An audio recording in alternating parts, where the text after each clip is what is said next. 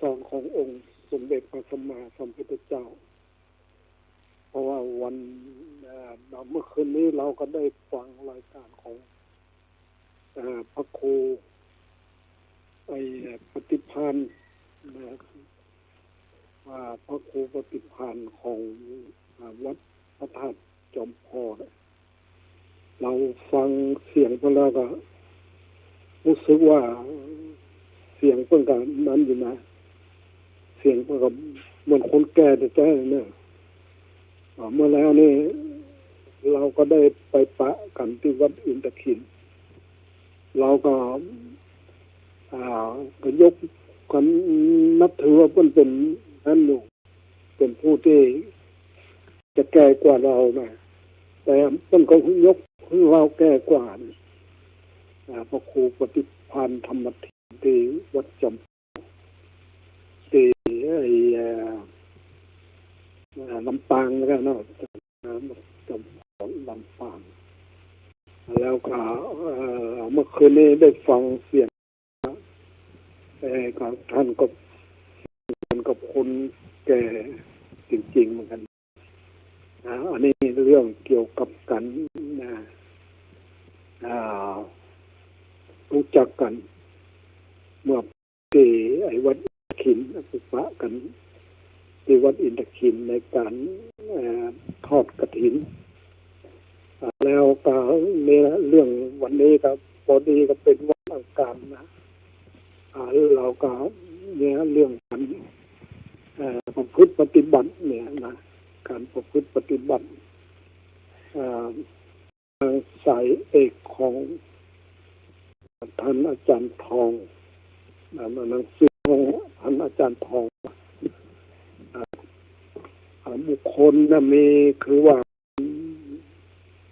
บุคคลที่แสวงหาสิ่งที่ไม่มีนะก็อยู่กับสิ่งที่ไม่มี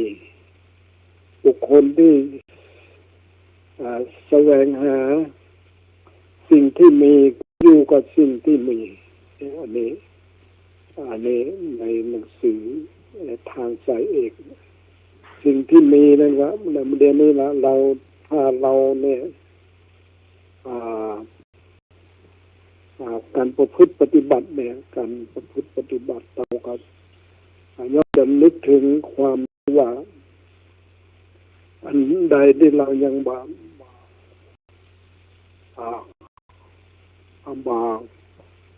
ยังมีเนี่ยเรื่องเรื่อง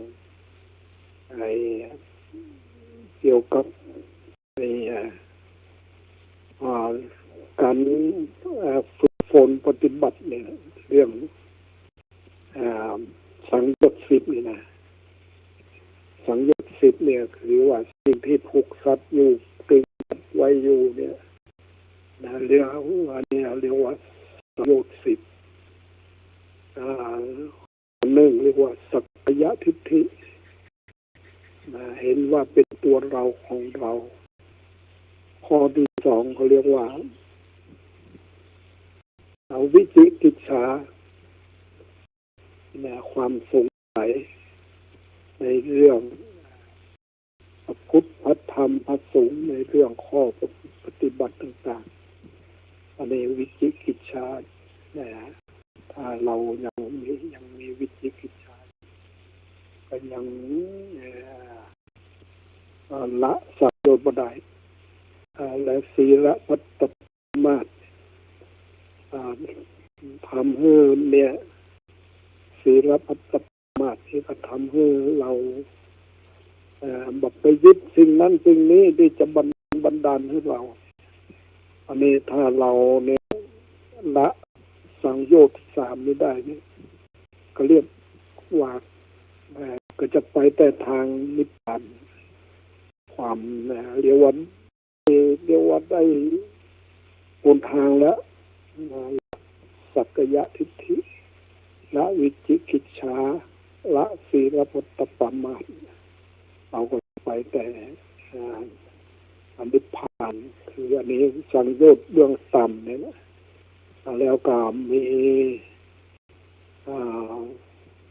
อ่โสดาเนี่ยนี่เรียกว่าโสดา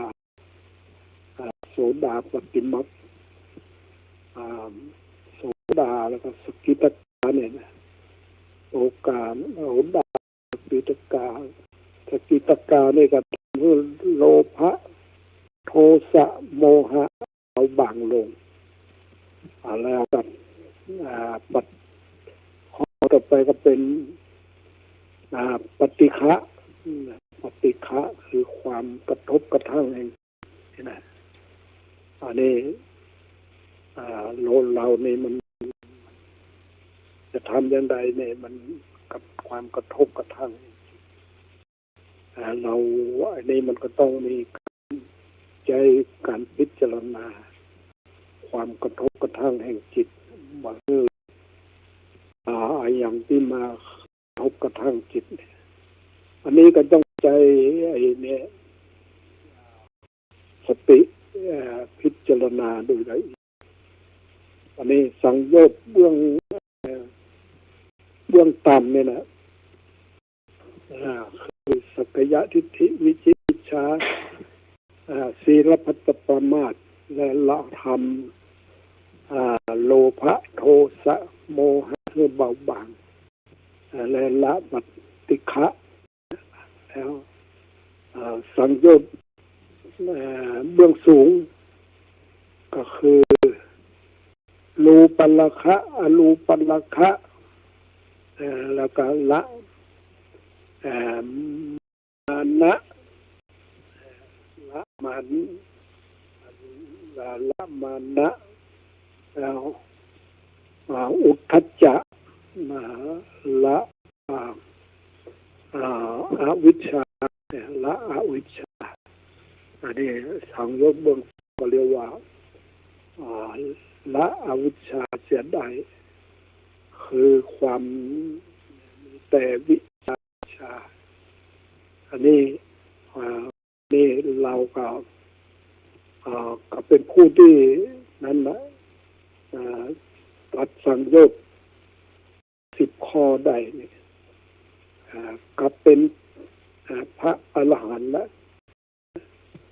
หมดจากกิเลสแต่ว่าคนเราได้กันอันนี้เราจะต้องนั้นอยู่นะต้องศึกษาเรื่องสังโยชน์10เนี่ย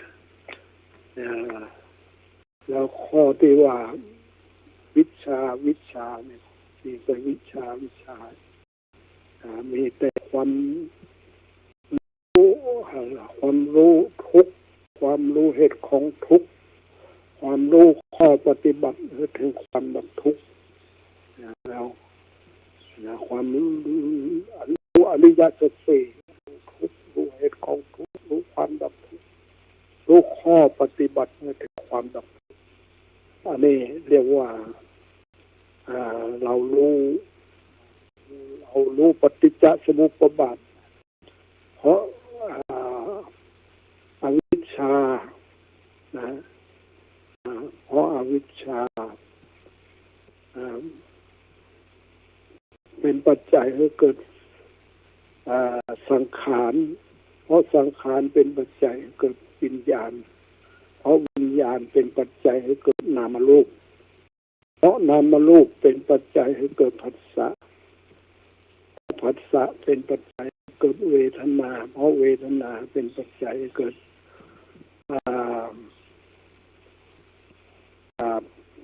เป็นปัจจัยให้เกิดตัณหาเพราะตัณหาเนี่ยเป็นปัจจัยให้เกิดอุปทานเพราะอุปทานเนี่ยเป็นปัจจัยให้เกิดภพเพราะภพเป็นปัจจัยให้เกิดชาติเพราะชาติเป็นปัจจัยให้เกิดชรามรณะโศกปริเทวะทุกขโทมนัสสุปายาสะเนี่ยอันนี้เพราะสิ่งนี้จึงมีเพราะอวิชชามีจึงมีสังขารเพราะสังขารมีจึงมีวิญญาณเพราะวิญญาณมีจึงมีนามรูป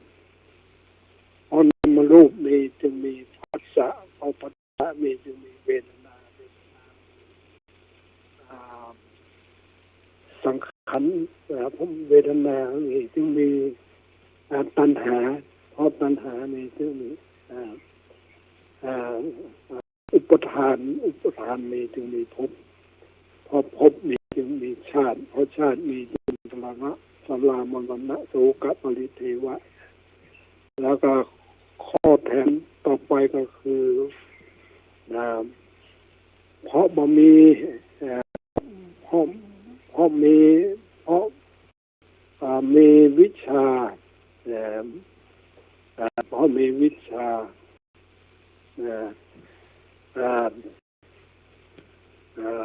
เพราะมีวิชากับ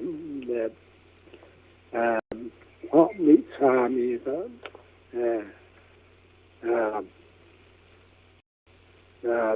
ตัณหามีวิชาก็มีบ่มี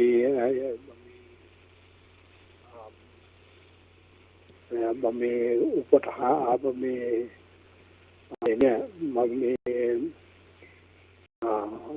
บ่มีวิชาก็นามรูปเลยว่าพบมีวิชา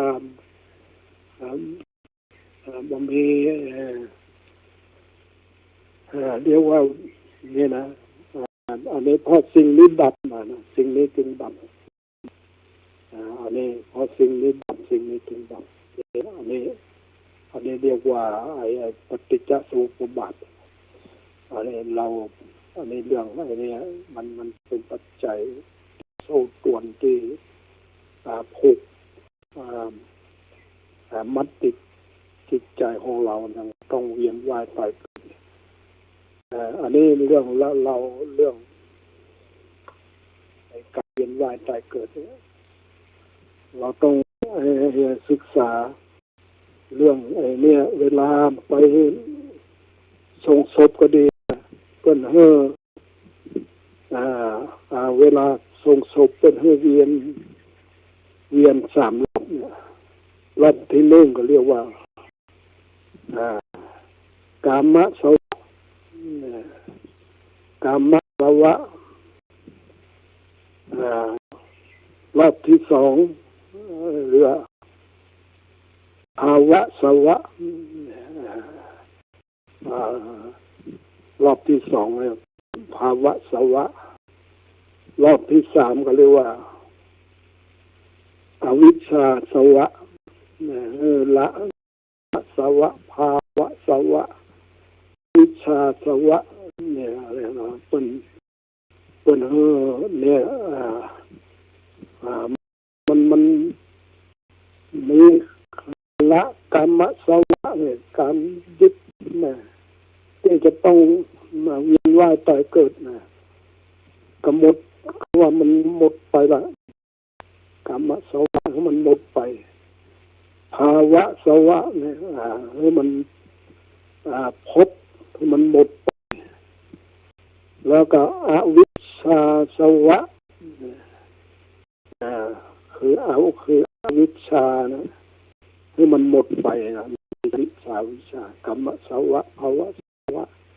อวิชชาวะเนี่ยเป็นเวียนนั่นรอบไปส่งศพไปส่งตายมันเวียนวัฏศิลป์อย่างนี้กรรมสวะภาวะสวะอวิชชาสวะเนี่ยนะอันนี้เป็นอมตะปัญหานะแล้วเป็นเวลาเนี่ยเป็นบ่เฮือเลี้ยวขึ้นนะบ่เฮือเลี้ยวขึ้นบ่เฮือเลี้ยวขึ้นหมายความบ่เฮือไปยินดีในการเวียนว่ายตายเกิดนั่นเองคือบ่เฮือไปยินดีนะคือไปยินดีในการเวียนว่ายตายเกิดอยู่ถ้าเอาเนี่ยคนเก่าๆคนโบราณเขาเปิ้นถือกันเปิ้นกลัว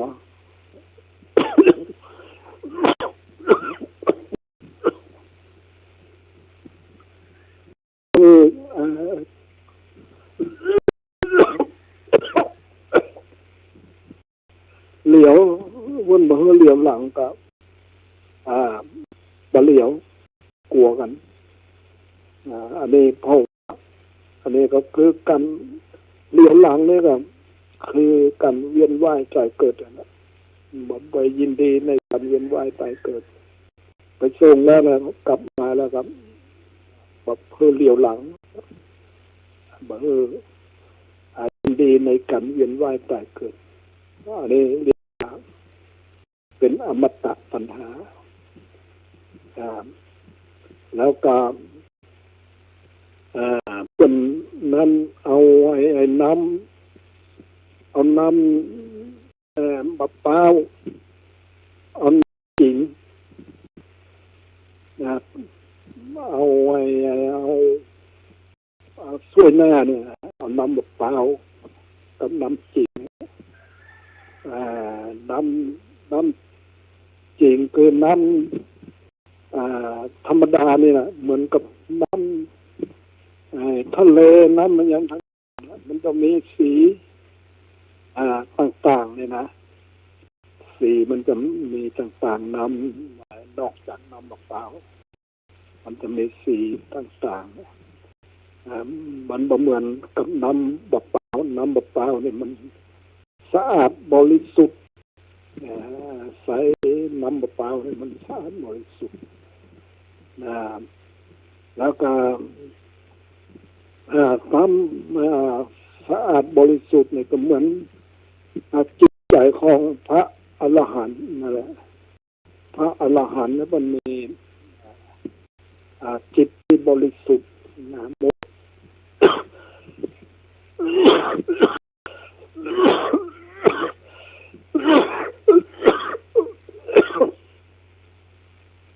เผาอย่างที่ไหนโหนะมันเข้ามาในดังเลยวันนี้นะก็นั่นแหละเราก็ว่าจะออกอากาศหรือไม่เนาะวันนี้ก็เราก็พอดีเนี่ยท่านพระครูสุวัฒน์ก็คงจะโทรมาเราก็เลยรับกันเนี่ยออกอากาศเพราะว่าเราก็ช่วงนี้แบบมันก็บอกให้นั่นน่ะร่างกายก็บอกให้ปกติตัวใดเนี่ยคือมันคือก็เกี่ยวกับความเท่าแก่สมานมันมาเหมือนเดิมร่างกายมันบ่เหมือนเดิมฟังพระครูปฏิภาณทินนะที่ออกอากาศเมื่อคืนนี้เพิ่งจะได้ฟังนะเพราะอายุเดียวกันพระครูปฏิภาณธรรมทินเนี่ยอยู่ที่วัดสมวัดอย่างวัดพระธาตุจอมพรลำปางกันเนี่ยฟังท่านก็เสียงก็เหมือนกับคนแก่แต่นะเอากับเนี่ยนั้นอยู่ว่าอายุมันเท่าเดียวกันแล้วก็เมื่อแล้วก็ไปปะจะขินพบปะกันเลยรู้จักกันแล้วก็เนี่ยพระครูวิทยวัฒน์ก็ไปด้วยตอนนั้นไปในงานทอดขินที่วัดอินทขินเราก็ได้รู้จักกันเนี่ยเพราะว่าเราก็พอดีกับบันได้ยินชื่อเสียงดูแต่ว่าเมื่อคืนนี้มีรายการออกวิทยุของเนี่ยวัดไฟนี่นะก็ได้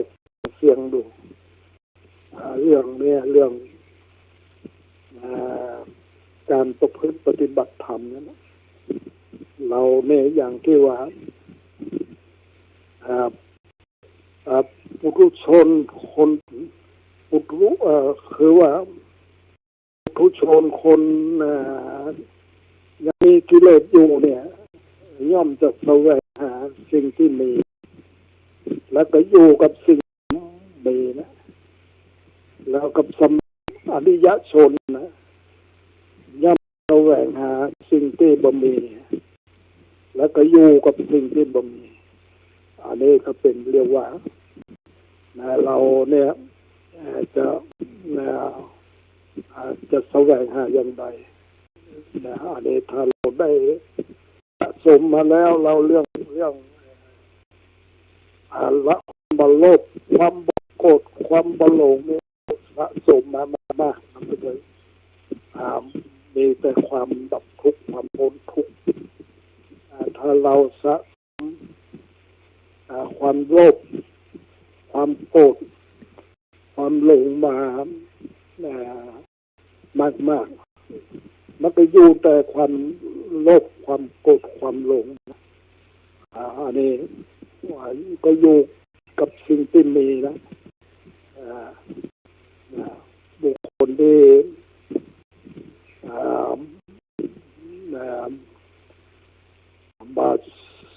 บัดได้สะสมเรื่องความบัลโลภความโกรธความบัลหลงนี่ก็มันก็บ่มี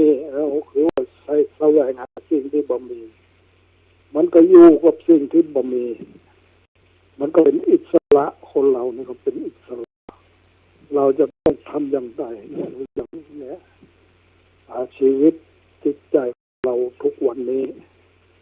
เราจะต้องทำอย่างไรจึงจะ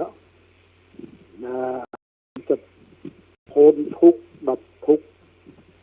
แล้วก็ปฏิบัติให้ถึงความดับทุกข์อันนี้เป็นเรื่องเราที่ทุกคนเราจะต้องเอามาพิจารณาการเจริญ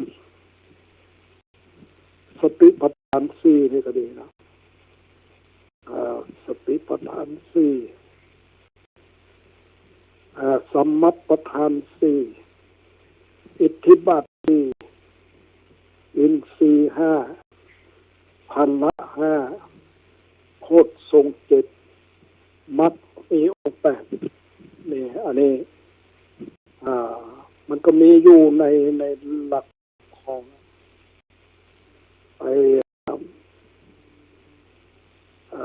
ทำในอภิธรรม7 กัมปีนะตอนปลายนะจะมีอยู่ผู้ใดที่เข้าถึงละซึ่งรวมกันละซึ่งเนี้ยสักกายทิฏฐิวิจิกิจฉาศีลพัตตปามาสเนี่ยเสียดายนะแล้วเข้าถึงอนัตตนัตไตรเนี่ยคือยอมรับพระพุทธพระธรรมพระสงฆ์เป็นที่พึ่งพระพุทธพระธรรมพระสงฆ์เป็นที่พึ่งแล้วได้หนทางเนี่ยคือมรรคมีองค์8เนี่ยสัมมาทิฏฐิเห็นชอบสัมมาสังกัปปะดำริชอบสัมมาวาจาชอบสัมมากัมมันตะการชอบสัมมาอาชีวะเลี้ยงชีวิตชอบสัมมาวายามะความเพียรภาคเพียรชอบสัมมาสติระลึกชอบสัมมาสมาธิความตั้งใจมันชอบเนี่ยถ้าเดินตามมรรคมีองค์8นะอันนี้ทำอภิธรรม7 กัมปีของครูบาเนี่ยครูบาในของครูบาเผือกนะเพิ่นเขียนไว้ แต่ว่าเราเดี๋ยวนี้มันที่เขาพิมพ์มานี่มันไม่ได้เอาเรื่องอะไรเอาเรื่องมรรคในองค์ไปประกอบด้วยแต่ของครูบาเผือกก็จะเอามรรคในองค์8นี่เข้าไว้ด้วยนะเดี๋ยวว่าถ้าเข้าใจในตัวเองเราก็จะเดินตาม แปดแล้วทำอันนี้ทำสลากลิวิจสูตรก็เหมือนกันก็จะได้อธิบายเรื่องเราจะต้องละนิวรณ์เนี่ยละนิวรณ์กัมมะฉันทะพยาบาทความที่จิตหดหู่และครอบเคลิมทินมิทะฟุ้งซ่านลำคาญเรียกอุทจักกุกุจจะลังเลบตกลงได้เรียกวิจิกิจฉาเนี่ยเรียกว่าละนิวรณ์ห้าเนี่ยกัมมะฉันทะพยาบาททินมิทะง่วงเหงาหานอนอุทธัจจะกุกุจจะลังเลวัดตกลงได้อวิจิกิจฉาละความสงสัยเสียดนิวรณ์ห้าเนี่ยต้องละต้องละนิวรณ์ห้าละนิวรณ์แล้วก็จะเนี่ยอันนี้แต่ว่าในธรรมนะในธรรมในสลากลิวิจสูตรเป็นอธิบายไว้จะละได้อย่างใดเนี่ยละโดยการปะทังคประหารปะทังคประหารเนี่ยคือการสะกดไว้นะคำพนะประหารละโดยการออกสัมปตะประหารแล้วหันโคนต่างแล้วเราก็เดินตามต่างหันโคนต่างแล้วก็เดินตามต่างก็จะไปแต่ความดับทุกข์ความพ้นนี่ทำสลากลิวิจสูตรได้อธิบายไว้เรื่องทำสลากลิวิจสูตรมักจะเอามาศึกจัตตาคนจัตตาบ้านจัตตาเมืองนี่ทำสลากลิวิจสูตรเนี่ยเป็นแต่ในข้อความละเอียดแต่นี้ต้องอธิบายถึงเรื่องละนิวรณ์คือละนิวรณ์ห้าเนี่ยละแล้วก็นิวรณ์คือตัดทางคับประหารวิคัมพนะประหารสัมปเจตประหาร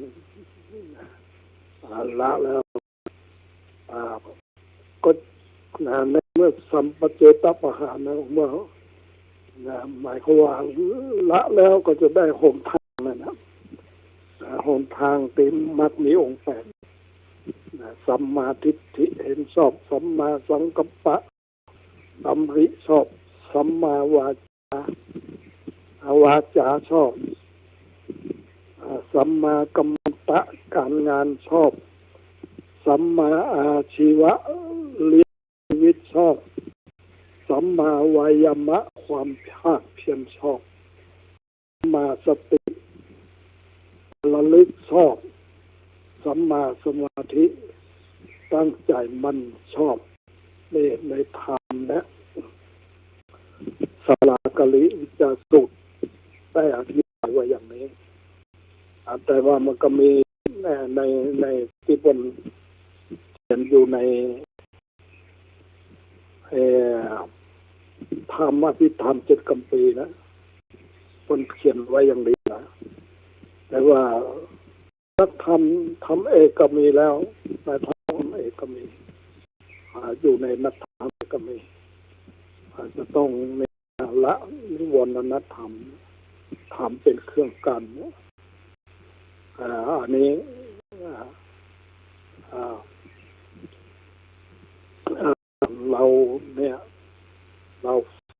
การเมื่อคืนนี้นะเราฟังรายการพระครูปฏิพันธ์ธรรมทินที่เป็นออกรายการคืนนี้ฟังอยู่แต่เราก็บอกเรารู้จักกันแต่ว่าไม่ได้เคยได้ยินท่านเทศแต่เมื่อเคยรายการแล้วครับเราฟังดูแล้วครับก็เป็นที่ศึกษาแล้วเราก็พูดถึงนั้นแล้วก็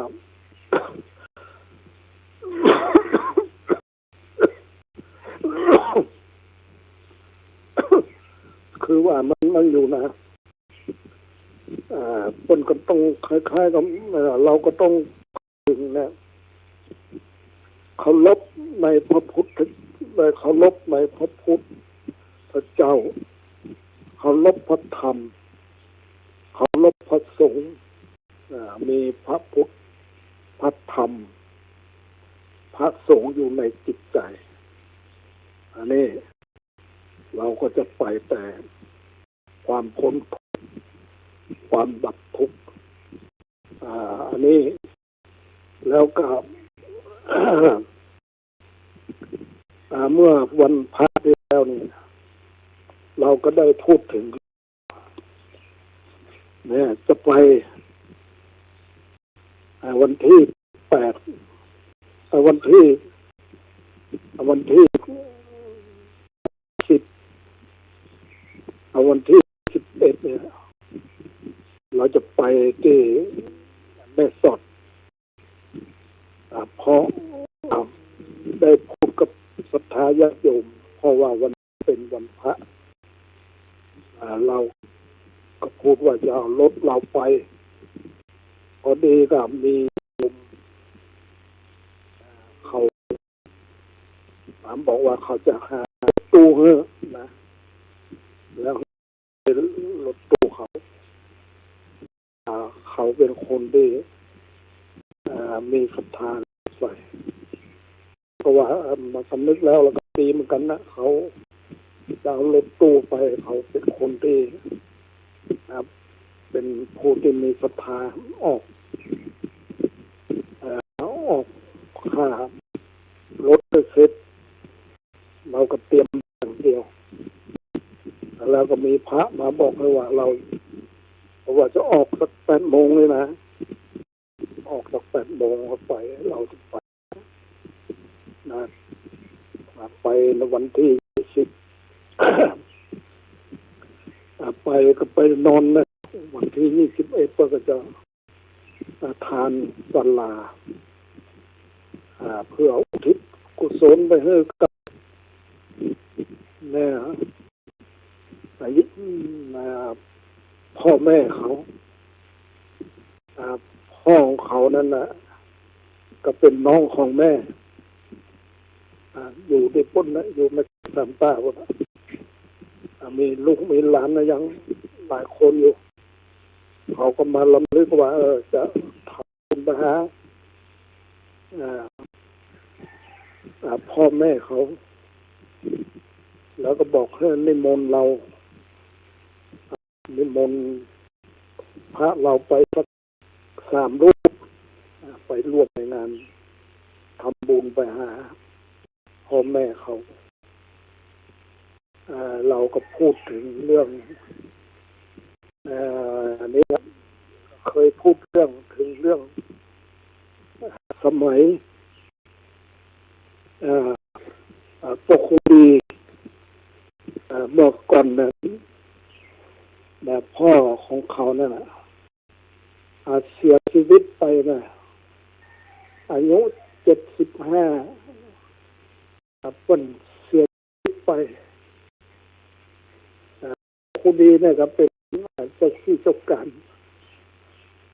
ก็ได้นำ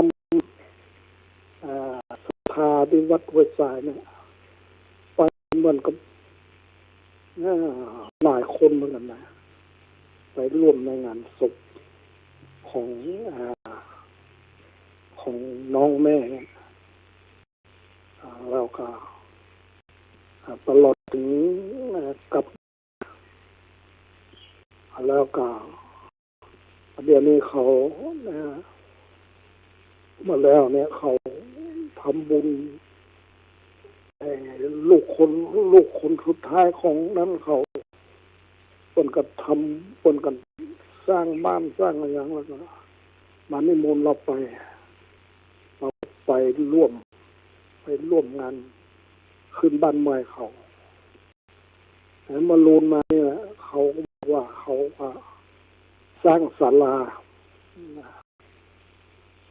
สร้างศาลาเพื่อจะอุทิศให้กับพ่อแม่ของเขา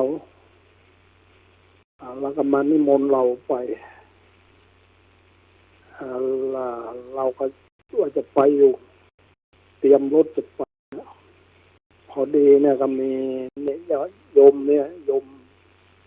เป็นคนอุปถากวัดแล้วเขาทอดกฐินที่วัดนี้2 ครั้งแล้วตอนนี้เขาก็บอกว่าท่านจะเอารถท่านไปนี่มันดูแล้วมันบ่ค่อยสะดวกเขาจะหารถตู้แล้วคนจะติดตามสัก6-7 คนนะถึงพระเราเนี่ยก็รวมแล้วก็เขาคิดว่าคงจะเป็นรถประมาณรถตู้หนึ่งพอดีแล้วพระมาบอกว่าจะออก8 โมงนะจะไปที่นั่นนะจะไปบินในคืน3 ตาอันนี้ก็การไปนี่กับเราโดยก็จะไปนะเพื่อทำบุญทำกุศลแล้วกับเวลากลับมาเนี่ยเราก็จะต้องมาที่ผ่านที่ดอยมูเซอร์เนี่ยเราผ่านเราก็จะซื้อพวกผลไม้ต่างๆนี่นะผลไม้เนี่ยก็เอาซื้อมาแล้วก็เอามาทำบุญต่อเราก็คิดว่าคงจะเอา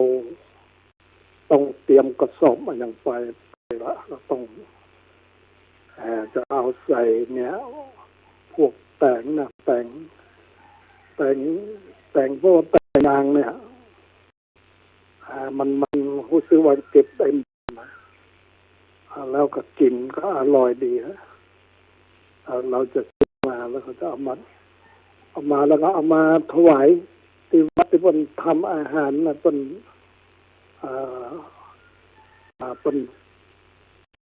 ครัวเนี่ยอันนี้นะเวลากลับมาเนี่ยเราก็จะต้องไปกับทำบุญนะเวลากลับมาต้องมาทำบุญแต่วันที่20วั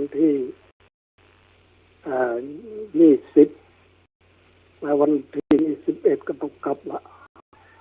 วันไป2 วันนะวันเสาร์วันอาทิตย์ที่จะถึงนี้นะอันนี้เรื่องเราจะในวันข้างหน้าอันนี้วันนี้เนี่ยเราก็ได้ก็ก็คงจะเตรียมกันแล้วละที่จะไปร่วมรถนั่งได้ประมาณสัก10 คนนะรถตู้นะก็จะไปนะจะไปร่วมในการทำบุญเพราะว่าที่วัดในกุศลตาเนี่ยเมื่อก่อนเนี่ยเราก็พูดกับอาจารย์ทองนะเราพูดต้นกะเราว่าใครได้พระรูปเนี่ยต้นกะก่อนน้ำมีสมเด็จมหาทัตเนี่ยเป็นป่วยนะก็ไปบนแล้วก็บน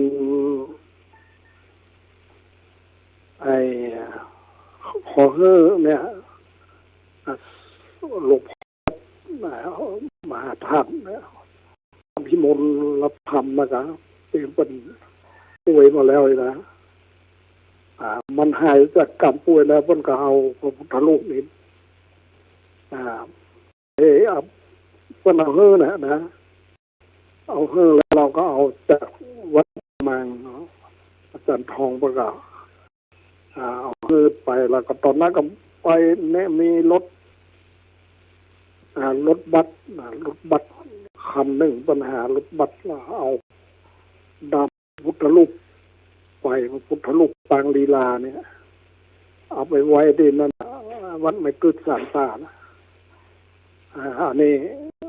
พระพุทธรูปนั้นก็ปฏิฐานอยู่ที่นั่นแหละที่วัดไม่กึศสามตานะเราต้องระลึกถึงว่านะอะไรนะจะว่าแล้วมันก็มันเป็นพุทธรูปปางลีลานะปางลีลาการออกเผยแพร่พระพุทธศาสนามันก็หันหน้ามาทางเนี้ยหันหน้ามาทางถนนนี่มันจะต้องจากแม่สดไปปนะในละมาดนะมันจะอยู่ในวัดนี้มันก็จะอยู่ติดถนนดีแล้วกับพระพุทธรูปนี้ก็เอาไปไว้ที่นั่นนะประดิษฐานไว้ที่นั่นแหละตอนที่เอานั่นดีนะครับโคสึกว่าเอาจากปัญหาเอาจากวัดเมืองมางไปนะเอาไปแล้วก็มีศรัทธาญาติโยมตอนนั้นก็มีนั่นอยู่รถบัสคันหนึ่งกันมีคนติดตามไปเนี่ยเอาไปประดิษฐานไว้ที่วัดไม่กึศนั้นพระพุทธรูปองค์นี้เรียกว่าป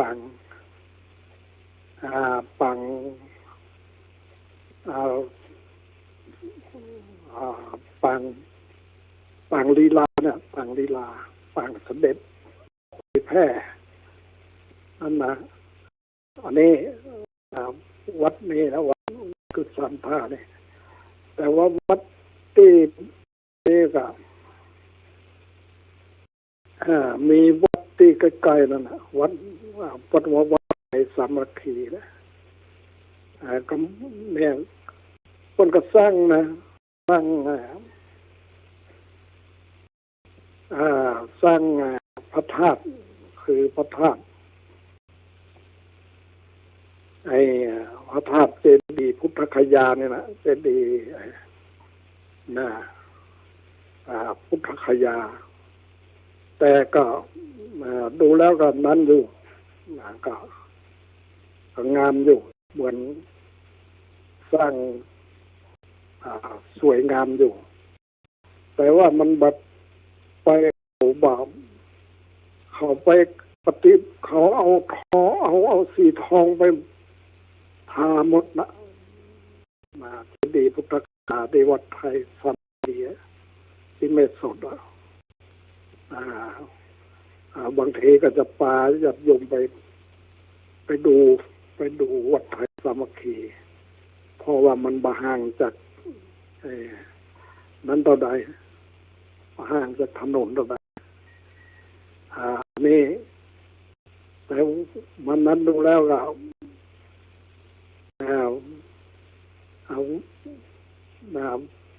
เจดีย์พุทธคยาเนี่ยแต่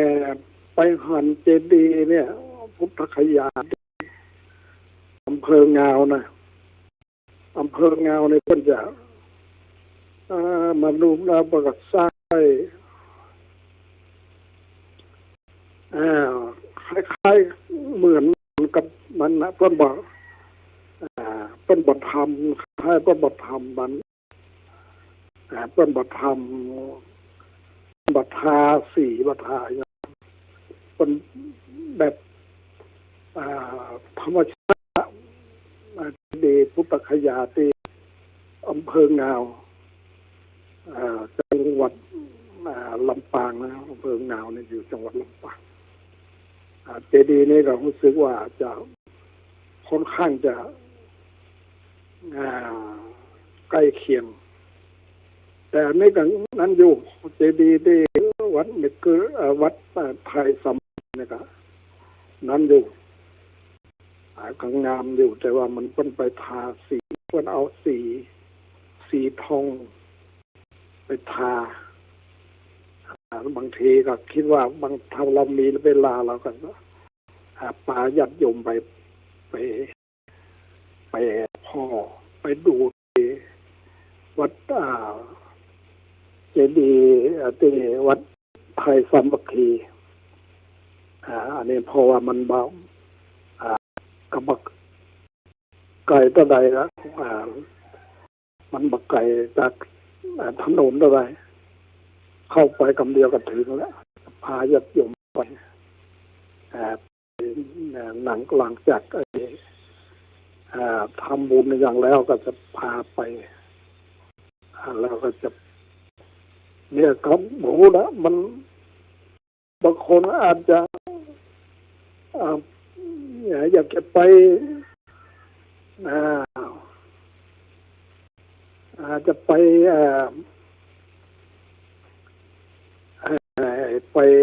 ย่างทางผ้าไปไปอยากจะไปท่าตีนท่าน้ำนะทางที่สะพานได้จะพันได้ข้ามไปพม่าบางทีอยากไปก็อะไรแล้วแต่บุคคลที่ไปร่วมด้วยกันแล้วหลังจากนั้นเราก็จะคงกลับคิดว่ามันก็จะกลับนี่ก็จะต้องซื้อพวกอะไรนี่ละพวกผลไม้ที่วัดที่วัดที่ร้านชาวไทยภูเขาร้านเรียกว่าดอยมูเชอร์นะไปคิดจะซื้อพวกผลไม้เนี่ยมาทำบุญต่อวันที่เราไปวันที่เสาร์เอ็ดเนี่ยเราจะกลับวันที่เสาร์เอ็ดอันนี้ก็รายการที่นั่นนะรายการที่ทางงานวันที่เสาร์วันที่เสาร์เอ็ดแต่ว่าอันนี้ก็ขอบอกคนไปแล้วไปด้วยกันเนี่ยควรจะนำบัตรประชาชนให้พร้อมนะเพราะว่าเกิดเขาตรวจอะไรมันจะมาขัดข้องผู้ไปร่วมเนี่ยพอบางทีมันจังตรวจอยู่เขาจังตรวจบัตรประชาชนนะอย่างนี้มันต้องพร้อมหน่อยนะอันนี้นะวันที่8 โมงเนี่ยว่า8 โมงจะออกจากวัดอันนี้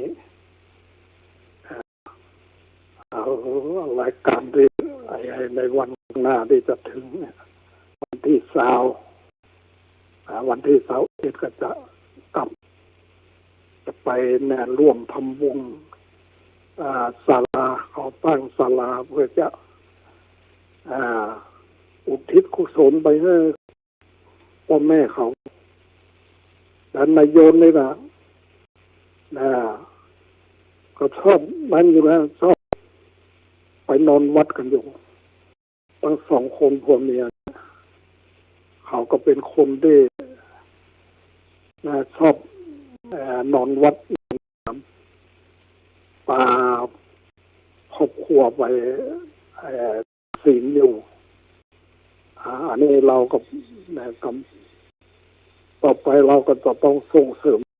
ควรที่จะไปเป็นอาชีพนะไปเป็นประจำไปรักษาศีลเป็นประจำอันนี้เรื่อง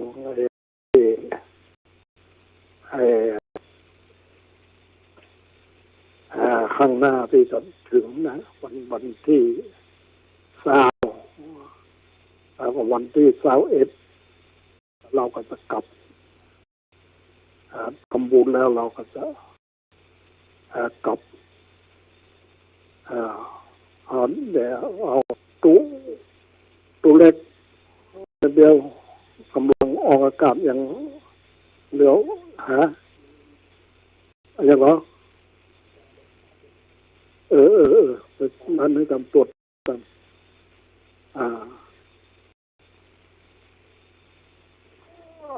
วันนี้นะเกี่ยวกับสัก5 นาทีก็จะได้หมดเวลาเกี่ยวกับอันนี้เรื่องออกอากาศนี่แหละเราแล้วเราก็พบปะท่านพระครูวิศวัตที่วัดป่าแดงเรื่องออกอากาศแล้วก็ท่านก็บอกว่ามีกิจนิมนต์ในอย่างนั้นเลยบ่ได้เราออกอากาศเราก็เนี่ยงวดนี้ก็เพิ่นก็โทรมาแล้วก็เราก็ได้ออกอากาศบางทีเราก็ได้เตรียมห้องไม่ได้เตรียมห้องนะช่วงนี้มันก็ยังว่านะร่างกายของเราก็บอกให้นั่นตอนใดนะบอกให้พร้อมตอนใดนี่นะก็มีคุกคักอย่างนี้เราฟังพระครูธรรมทินนะพระครูออกรายการเมื่อคืนนะเราก็มีเรากำนั่นดูแล้วก็มีกำลังใจที่จะออกอยู่เพราะว่าเราก็บ่าวแท้ในการออกอากาศการเผยแพร่ออกอากาศเป็นบุญเป็นกุศลนะเป็นการส่งเสริมพระพุทธศาสนาเอาก็มีความยินดีที่จะออกอากาศอยู่จะเผยแพร่อยู่แต่ว่ามันบางอย่างมันอำนวยแล้วร่างกายของเราเนี่ยมันบ่เหมือนเมื่อนั้นแล้วมันในบางทีนันพรก็เอาเทปรายการเก่าๆออกไปการเก่าของเราเนี่ยก็เอาเกี่ยวกับเนี่ยพระไตรปิฎกเนี่ยนะเราก็มีหลักในการเอาพระไตรปิฎกเนี่ยมาออกแล้วก็เอาข้อมูลนี้ออกอยู่เราฟังดูแล้วเราก็เป็นที่พอใจในการที่เราได้เผยแพร่พระพุทธศาสนาแต่เราก็เอาหลักเนี่ยพระไตรปิฎกนี่ละมาเป็นหลักในการเผยแพร่เราพูดไปแล้วเราอากาศไปแล้วเราก็มีความระลึกถึงว่าเราพูดถูกทางแล้วเราก็กล่าวที่ถูกต้องแล้วเราฟังเราก็ถูกแล้วเราก็